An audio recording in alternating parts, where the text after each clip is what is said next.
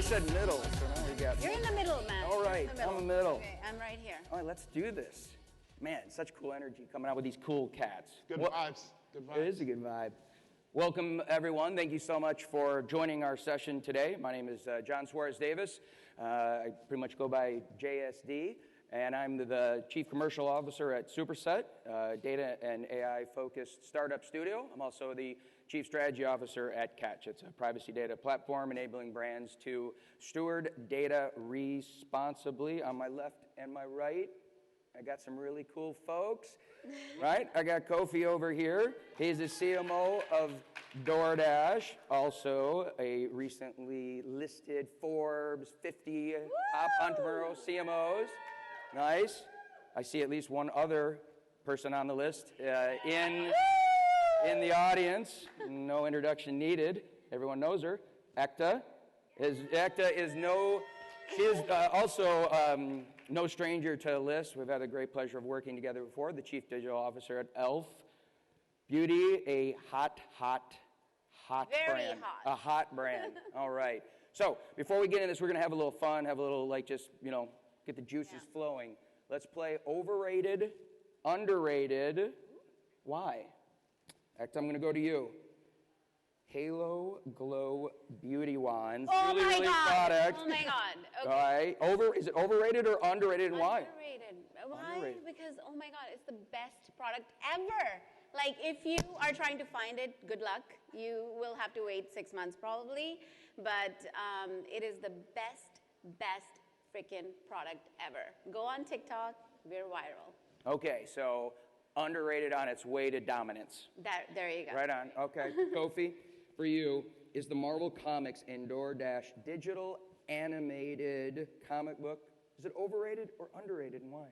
I'm going to go with properly rated. Oh! So we did this partnership with Marvel to showcase the fact that our Dashers are really like superheroes. If you think about the work that's happened over the past couple of years during the pandemic, this was essential work. These were the only people that were actually getting us the things that we needed. And we wanted to celebrate that in some ways. We partnered with Marvel on a comic book, highlighting some of our Dashers. And it's gone on to do really well for that program. So you nailed it. Yeah. Right on. I feel good about it. You nailed it. Okay. One more each. We'll go into off category. Ekta, is the White Lotus comedy drama series on HBO overrated or underrated? Oh my God. Just perfectly rated. Kofi, I'm going to steal that. That is appropriately rated, just amazing. I mean, who doesn't And you had some connection with from Jennifer e.l.f.? Coolidge. Who doesn't love her? Okay. Yeah. All right. I think you're slightly breaking the rules on the overrated or underrated. That was fantastic. Kobe, last one for you before we get in. Was Argentina's 2023 World Cup Championship overrated or underrated? And what's your answer? Wow. Underrated. I think like Lionel Messi getting his championship at the end of his career is a storybook ending. Yes. Underrated. Damn right. Great answer. Yes! That's the right answer. That's what I was looking for. Kofi's also a good friend of my wife. She's from Argentina, and I'm sure that I answered that for her. All right. Thank you. All right, let's get into it. So let's just set the foundation here a little bit as we get into the conversation about how you're using data and insights and creativity to drive your business, and then we'll talk a little bit about your courageous leadership. But just to set the foundation, tell us a little bit about your accountabilities and kind of where you sit in the organization. I think that's an important part. Maybe, Ekta, if you could start us out. Yeah, so I oversee technology, data security, e-commerce, and customer service. So definitely a wide scope of, sort of work that I do, and I really sort of see the full journey of the consumer, which is pretty exciting. Right. And you have, and we'll maybe get into this, right? I think at e.l.f. we've talked about, and again, with Corey being in the audience, you have this incredible relationship and really tight that takes that strategy all the way through activation. And you talked about how the alignment is one of your kind of secret. She's like the fuel behind everything.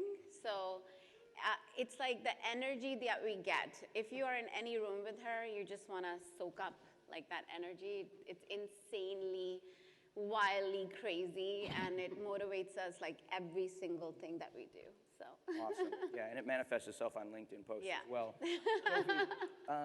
Sophie, talk again about it, DoorDash, and I think, again, really interesting, right? Especially since when we were together in like CPG and various others, I mean, your accountabilities are fascinatingly broad and comprehensive. So maybe just, again, set the table for us a little bit. Sure. So I'm responsible for growth and engagement across three sides of the marketplace. So as if you're aware, we've got merchant partners on our platform. We have dashers, the people that make the deliveries, and then we have consumers. And so my job is to like acquire, engage, and retain each of those audiences using the full suite of sort of like marketing capabilities. Right. So let's then roll with that set. We wanted to kind of start out about talking about the art and science of marketing. Maybe Kofi, if you could then just, how do you approach art and science, and how do you use data to understand these, key insights, and then use that data to enhance the creative process? And we'd like to also, as we do it, we'll kind of go back and forth just to bring in some examples to life. Yeah, sure. I mean, I think for us, we have something like 25 million monthly active users on our platform, so we have an enormous amount of first-party data, just in terms of like seeing their behaviors and understanding what they want and what they do. And I'll give one example, which is actually a product example, but I think it's an instructive one. If you've used DoorDash over the past year, you've experienced this thing where after you make an order, you get a screen that pops up that says, do you want to make another order in the next 10 minutes? Right. Yeah. And we'll cover the charge for that. And that product is called DoubleDash. Mm-hmm. Now, the insight for that was like we actually saw that behavior on the platform. Mm-hmm. We saw people were making an order and then making another order in 10 minutes. And we went to speak to them about why. It was like, well, I want a burrito, but this person wants a salad, or I'm ordering a salad, but I'd like to get some wine with it. And so they're making these orders. Like, how do we facilitate that? How do we actually build a product that solves for that? And that's gone on to be one of the key ways that we drive adoption of our new verticals, right? So like if you didn't know alcohol was on the platform, now you're buying dinner and we're serving you up like, hey, here's a drinks menu. Would you actually get that? And the same dash is just going to pick it up from the store next to it. And it's a complicated problem because you have to first solve the logistics side of it, which is like, do you actually understand what's around each store so you can serve up a set of stores that make sense from a dasher's perspective? So that's like a really great example of how we think about data and bringing it both into our product development process as well as into our creative process. Yeah, two quick follow-ups on that. It's a conversation I know that we've had with a mutual friend, Tara Kassan over at McDonald's, about the real-time, near-time, if not real-time, nature of the needing to get the data and how that, and that's probably a great example of it, right? I mean, this is not a multi-week survey base. You're getting, and this data is coming right from the platform. Yeah, it's coming right from the platform. It's coming right from behaviors. There's other things like you would think about, one of the metrics we track is how long it takes to make a delivery. And there's lots of places that you can find time in the delivery process. Other data that we look at are things like, if a dasher goes to a store and the store is closed, but we actually didn't know that. So then how do we get the feedback from the dasher that store is closed, and in real time take that store down or say this store is closed, here are some other options that you might have. So we're constantly learning as we go from everything that we see happening on the platform. Right. And Ekta, on your side, kind of same question, but also with, I mean, you're really crushing it in the Gen Zs and the hyper, maybe critical, hyper digital, so you got a pretty high bar as well. So, how have you kind of used the data, and to unlock some of those rich insights for growth initiatives? Yeah. Before I say that, I am your number one customer. Thank you. So thank you for taking Everyone my insight and that. using it to help me. You're welcome. I really appreciate that. So what I would say is that everything at e.l.f. starts with insights, and it starts with our community. Our community is so passionate. It tells us exactly where it wants us to go, what it wants us to sort of, go and collaborate with, or who they want us to collaborate with, or where they're even going in different channels. So it all starts with our community, number one. Number two is, we have a really amazing loyalty program with almost nearing about 4 million loyalty members. And I think that's where the first-party data magic really comes into play. And if I think about sort of our app, our e.l.f. app, if you don't have it, go download it. It actually now has 1.2 million downloads, and 95% of our loyalty members love to shop on the app. They spend 3 times more time on the app than they do on the website. So we're starting to learn all these things that, what is the shopping behavior of our consumer? How do they like to shop? Which channel? Because as a brand that is in every single retailer globally available, we don't care really where our consumer shops, but I do want to have that relationship with my consumer. So the first-party data really allows us to do that.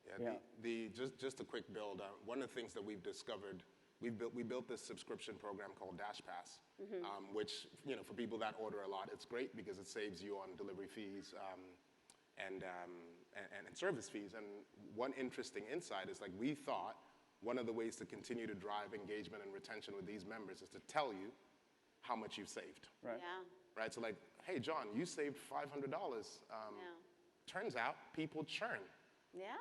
If you tell me how much I saved, my first thing is holy shit, how much am I spending?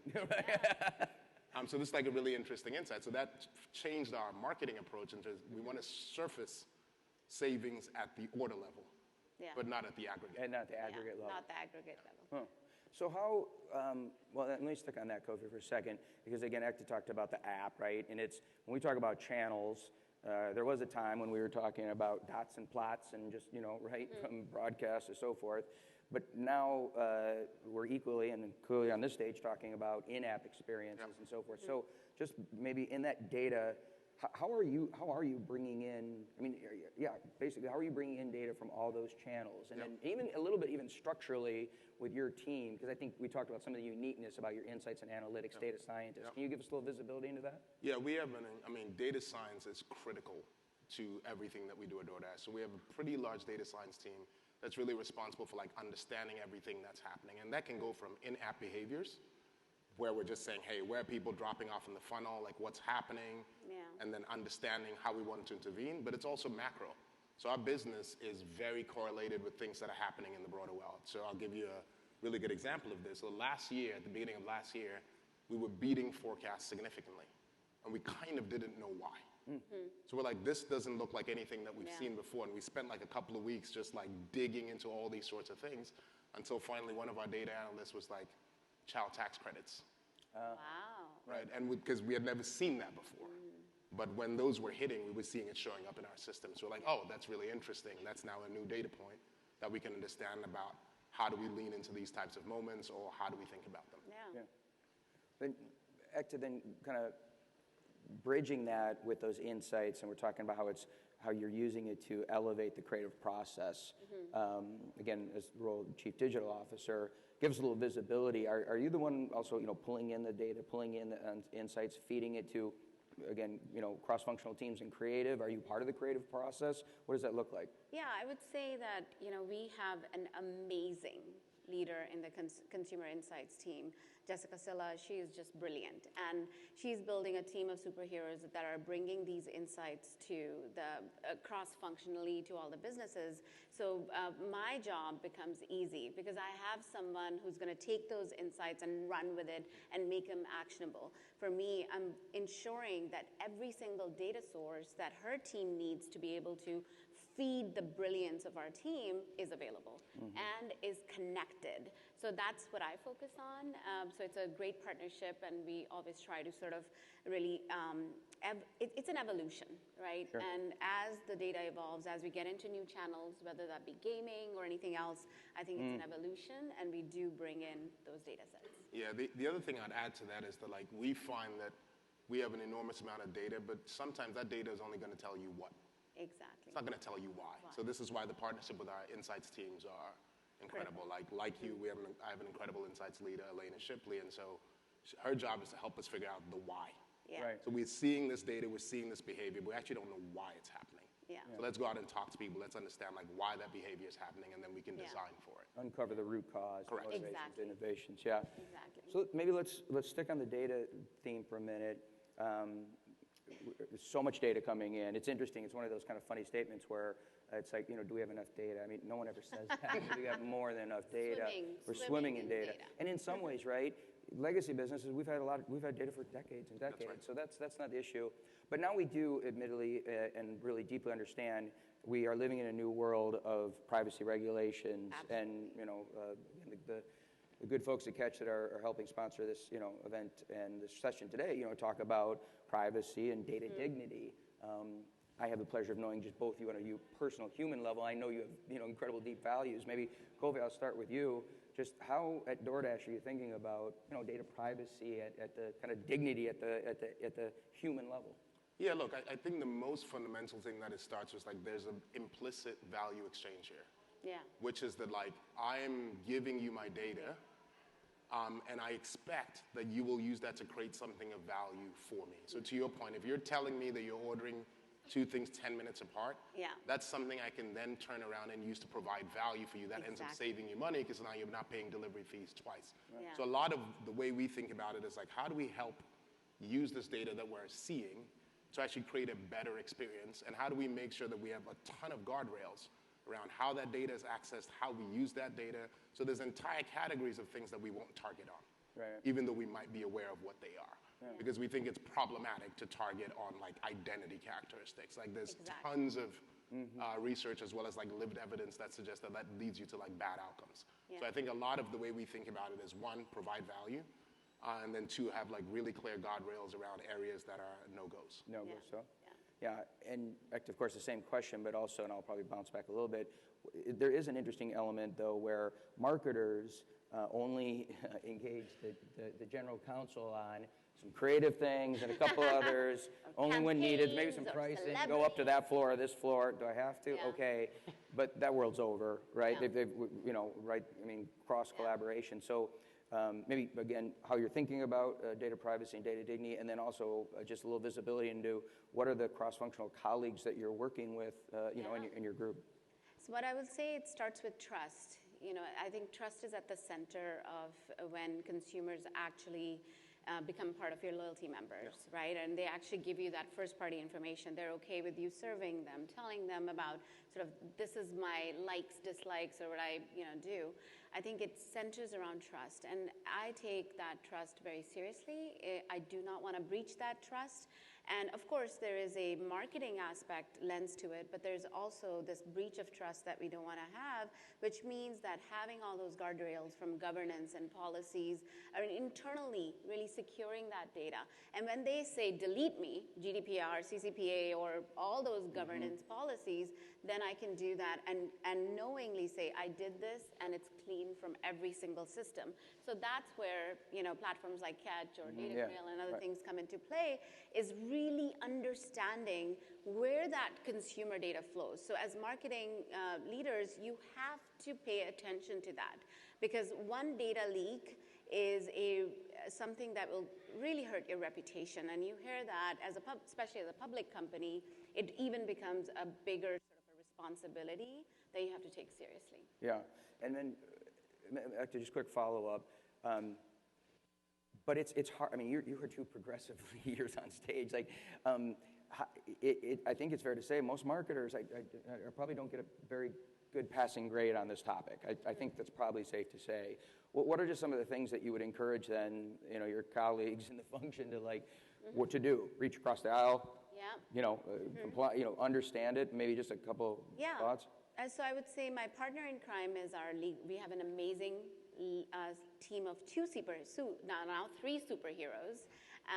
And basically, it starts with a strong partnership with your legal counsel. And it starts with the first thing. So whenever you're getting in engagement with a new vendor, there's Data Privacy Act, your DPAs that you sign with them. And it's really, really important that you put a lens of data privacy in there. Is it really sort of, depending on how big you are, what kind of data you're storing, it can get really, really complex. So having that strong partnership with your legal team is important. Second is, cybersecurity policy includes a data privacy, sort of component to it. It's really important depending on your data value. So if you have 25 million consumers or 3 million or 4 million, really make sure that it's right-sized appropriately so you do have this insurance in case of data leaks or anything. The third component is, whether you're in marketing or you're in legal, you should know that consumer data is really, really important. They're giving you a certain set of information that's really sort of private in some cases, right? Depending on if you're in a medical field and beauty, there's some elements and so forth. You should know where that data is transferring in your ecosystem, whether it's going to this system or that system. And there are tools, of course, that can do that. But just from a good data hygiene perspective, understanding that is super important. Because when the policies get stronger, like they are in Europe with GDPR, now in California with CCRA, and I know you wanted to bring up Sephora here. I That's did. right. I didn't want to throw. I was polite. I said, could I get your take on the Sephora case? Yeah. So, Want to give us your take? Yeah. What my take is, that's what happens when you don't pay attention to good data hygiene. And it's not that people do it intentionally. Right. As you become bigger, and of course we want more data. I want it from here. I want it from here. I want it from here. But you should also know that if it adds a layer of complexity with private information, super important that you know that you, at some point, you may be asked to delete it. Yep. And theoretically, you might say, I deleted it, but if you don't have the tools in place to guarantee and actually say you deleted it, so when people do come in and do an audit, you can't show it to them, then you get hit with a lawsuit. So I think it's really important. These things, though they're not very sexy, they are sexy to me, but but they are very important. Data sexy. All right. Yeah. Well, go I'll just add one quick thing on that. Like, one of the things we spend a lot of time on is just understanding exactly how much data we need. Because you get into this arms race where, to your point, you're trying to collect all the data. And the reality is that, like, when you do the work, you actually understand that a few data points are highly predictive. That's so, like, right. get the things that you actually need and don't touch the other stuff, right? Yeah. So we try to figure out what you need. which pieces are most predictive, and we stay focused on those. Yeah. Or even like this lens of value. Correct. Are they going to actually provide a value internally or externally to our community? And if they are, then get it. Mm-hmm. But if it's not, then don't bother. Yeah, it's asking the question, why am I collecting it, for what purpose? Yeah, because the more you collect, the more risk you're also taking on as well.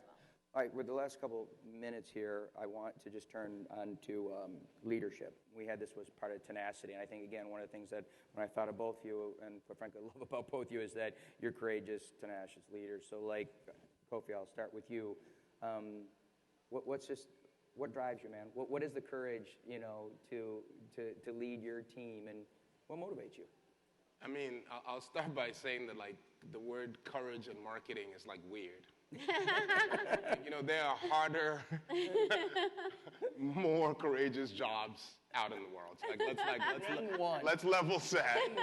What we do is not like the most courageous thing in the world. But I will say, I think it's understanding, trying to just index on what we believe the right thing to do for the customers, and then do that regardless of, like, kind of where the chips may fall. Yeah. So, like, a couple of tactical examples. We, during the pandemic, focused our entire business on helping restaurants stay open, right? So that meant that we took stances that no one else in the category had done, like, hey, we cut our commissions that we charge local restaurants by 50%. And that was a big call, because it was a $120 million impact on the P&L for a company that was not profitable. But we didn't have the data that said this action is going to lead to X, Y, and Z in the future. So from a business perspective, that only looks like downside. Yeah. But the courage that we had was like, this is the right thing to do for this customer constituent in this moment. The other thing is, like, we've taken stances on social topics that we believe align with our mission. That's right. So we're a business that's built on helping local businesses compete. We believe in creating opportunity, founders and immigrant. So when there are things like, George Floyd getting murdered, we have a very loud, active stance on it. And that leads to a lot of flack from quarters. We've had merchants that will say, we're no longer going to be on your platform. But the reality is, like, values have a cost.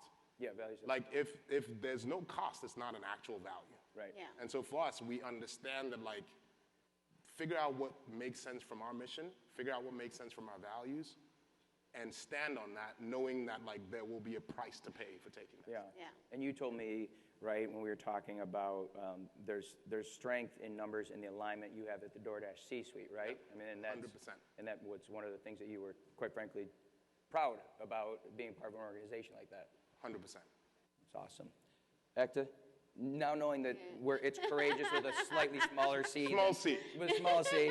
But, you know, we had the pleasure, you and I hosted you to it from another session a year or two ago. And one of the things that people said, JSD, thank you so much for bringing Ekta in, about how, like, they said you were tenacious. It's actually where I came up with the word. So in our last minute here,